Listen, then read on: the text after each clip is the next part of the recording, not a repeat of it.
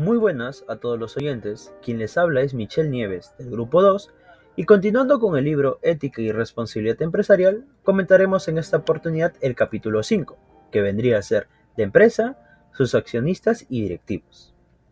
Como primer punto tenemos la introducción.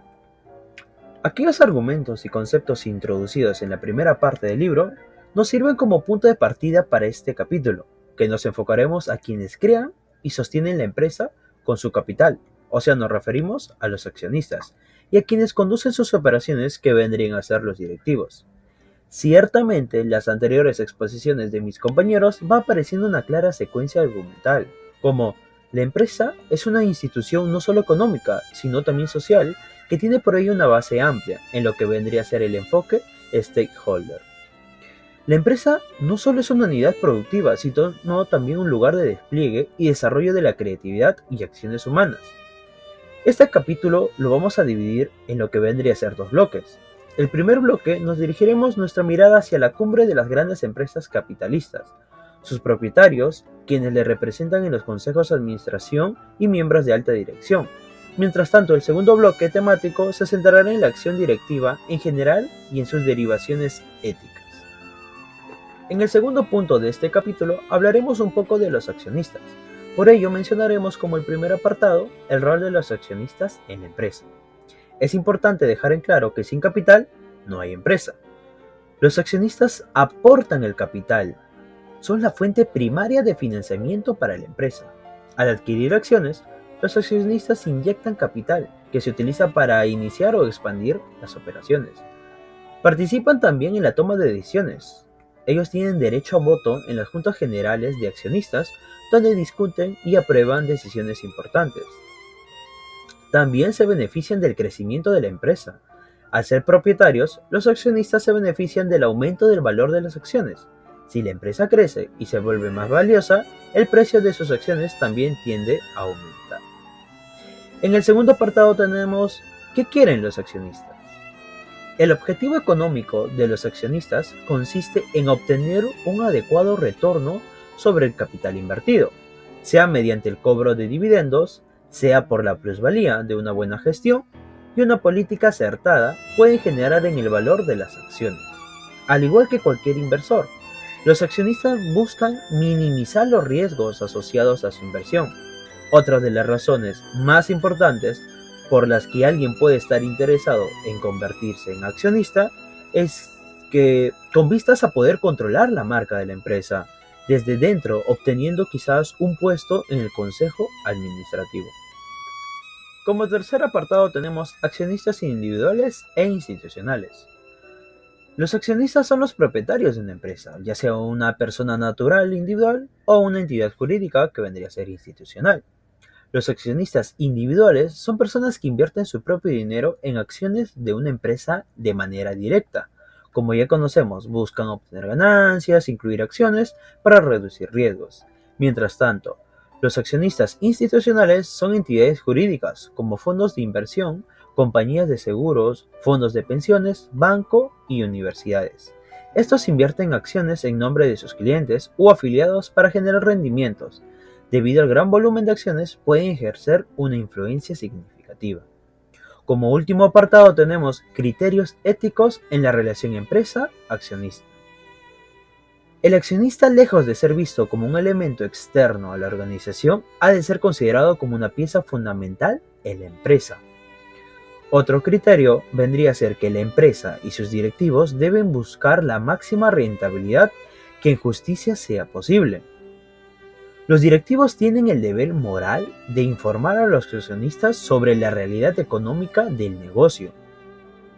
Tanto, incluso los accionistas de intención puramente especulativa deben respetar la sostenibilidad económica del proyecto empresarial al que se suman.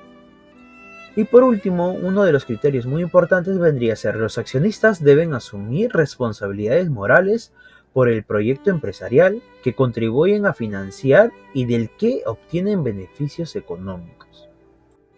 Como tercer punto de este capítulo tenemos el problema principal, agente. Aquí se habla un poco sobre el problema de agencia, que se da también en muchas otras circunstancias comunes de la vida profesional y económica. Resulta importante de entender que el problema principal agente cobra su pleno sentido dentro de una concepción neoclásica de las decisiones económicas. En esa concepción, cada cual actúa en cada situación buscando maximizar su propia utilidad, que coincide con su propio interés. En la vida económica y empresarial se encuentran sujetos de muy variadas cataduras morales. Sin duda, hay quienes responden al paradigma neoclásico y persiguen siempre y solo su propio interés, independientemente de sus compromisos profesionales como agentes de otros. Es importante contar con algunas líneas de defensa para evitar los daños sociales de una mala resolución del problema de agencia, la cual esas líneas son fundamentales, que vendrían a ser tres. La primera, alineación de interés económico; la segunda, mecanismos legales y paralegales; y por último, la selección moral de los agentes. Hola, ¿qué tal? Mi nombre es Yael Dayana Guamanzuxe y vamos a continuar con el tema 5.4, que dice ¿quién manda aquí? Agentes implicados en el gobierno corporativo. El gobierno corporativo se refiere a cómo se gestionan y controlan las empresas. Es como el conjunto de reglas que determina quién toma las decisiones importantes y cómo se llevan a cabo esas decisiones. En una empresa hay diferentes grupos de personas que tienen intereses y roles distintos, como directivos. Son quienes manejan la empresa en el día a día. Consejos de administración, un grupo que supervisa a los directivos y se asegura de que la empresa funcione bien. Accionistas, personas o entidades que poseen partes de la empresa y quieren que ésta sea rentable. Trabajadores, empleados que ayudan a que la empresa funcione. Administraciones públicas, entidades del gobierno que regulan cómo debe operarse las empresas. Instituciones de crédito, bancos y otras entidades que prestan dinero a la empresa. El texto menciona 3 teorías que ayudan a entender cómo funcionan estas relaciones, las cuales son: teoría institucional. Se centra en cómo las reglas y normas afectan el comportamiento de las empresas. Teoría de la dependencia de recursos humanos. Habla sobre cómo las empresas dependen de recursos externos como dinero o información para operar. Teoría de la agencia. Examina la relación entre los accionistas, quienes invierten, y los directivos, quienes son los que gestionan, y los posibles conflictos de interés que puedan surgir. En el texto también se dice que en España hubo un debate sobre quién realmente tiene el poder de la empresa, los accionistas o los directivos. Aunque se piensa que los accionistas son los que mandan, de manera práctica los directivos suelen tener más control sobre las decisiones importantes.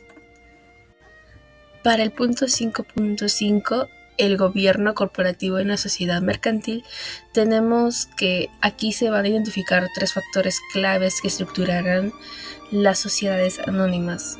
Entonces, como primer punto tenemos la necesidad de capital. Las empresas requieren grandes sumas de dinero para llevar a cabo proyectos importantes. La delegación de poderes. Los accionistas confían en un consejo de administración para que se dirija y gestione la empresa de una manera profesional. Y por último tenemos la limitación de responsabilidad. Los accionistas buscan protegerse de posibles pérdidas económicas.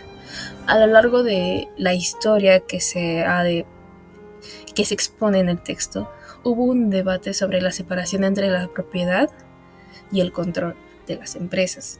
Aunque tradicionalmente piensan que los accionistas tienen el poder, en la práctica los directivos quienes a menudo controlan las decisiones importantes, lo que puede llevar a un conflicto de interés y falta de independencia en el consejo de administración. Como siguiente punto tenemos 5.6, que se trata del gobierno corporativo en España. En España se han creado documentos importantes para mejorar cómo se gestionan las empresas. 2 documentos de ellos son el informe Olivencia, que se dio en 1998. Este informe señala varios problemas en los consejos de administración de las empresas. Por ejemplo, los consejos son muy grandes, lo que dificulta la participación activa de sus miembros. Hay pocos consejeros verdaderamente independientes, lo que significa que muchos están influenciados por los directivos.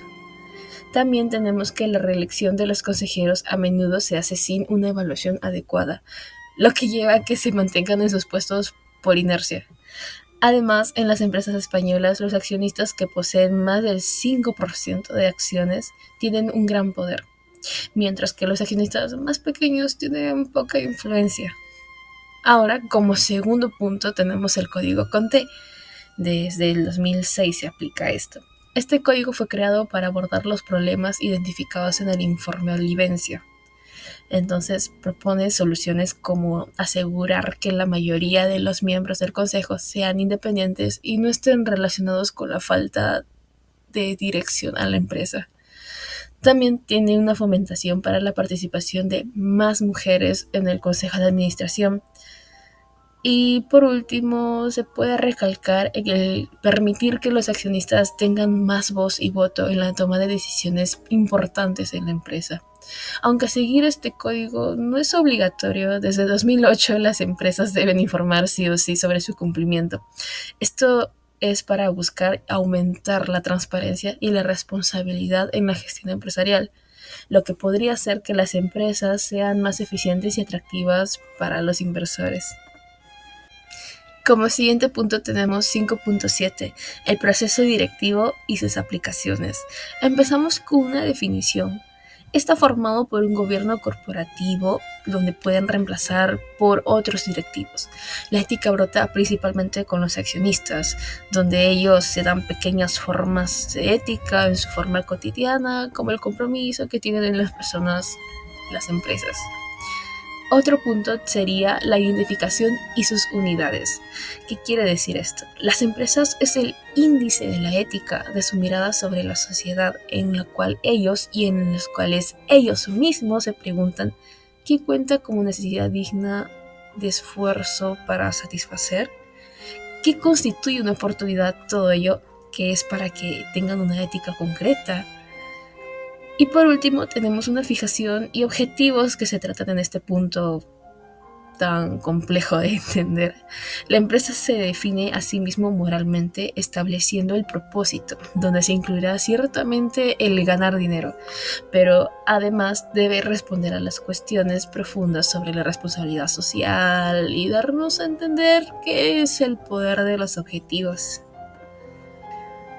Por consiguiente, tenemos el punto 5.8 que se trata sobre los principios éticos para la acción. Una definición de este punto sería encontrar varios principios para la moralidad en toda la acción directa de quien nos dé a entender los principios son los más primordiales para la vida cotidiana, ya sea porque uno tiene que cuidar su integridad o simplemente por el simple hecho de que los principios de vida tienen que ser así y se tienen que ejercer en la empresa. Otro punto tenemos el principio de legalidad. Es una gestión que aspira a ser considerada como ética, donde debe ser firme para la legalización vigente y cumplir con ella deberes más espirituales que los principios de la misma legalidad. Y por último tenemos cada persona puede tener forma de primordializar su ética. Esto es más que todo un concepto para el principio de la profesionalidad. Y por último llegamos a la parte de conclusiones para este video. Tenemos como primer punto las relaciones de poder. En las empresas hay diferentes grupos que influyen en cómo se toman las decisiones, como los directivos, los accionistas y el consejo de administración. Aunque se piensa que los accionistas tienen el poder, en realidad los directivos suelen tener más control sobre las decisiones. Por ende, sabemos de que los accionistas están más por delante que los directivos. Otro punto tenemos las mejoras en la gobernanza. Se han identificado problemas en la forma en la que se gestionan las empresas en España, que es el informe Valencia. Por ende, como la falta de independencia de los consejos de administración, para solucionar esto se han propuesto documentos como el Código Conté, que sugiere cambios para hacer que las empresas sean más transparentes y responsables. Otro punto tenemos el cumplimiento voluntario. Aunque seguir las recomendaciones del Código Conté no sea tan obligatorio, en España desde el 2008 las empresas deben informar sobre qué están cumpliendo. con esta sugerencia. Esto busca fomentar la transparencia y atraer más inversores. Tenemos otro punto y último, que es el progreso lento. A pesar de que las reformas propuestas, los avances en la mejora del gobierno corporativo han sido lentos, es importante recalcar que se sigue trabajando en la autorregulación y del establecer un marco legal que garantice la equidad en el mercado.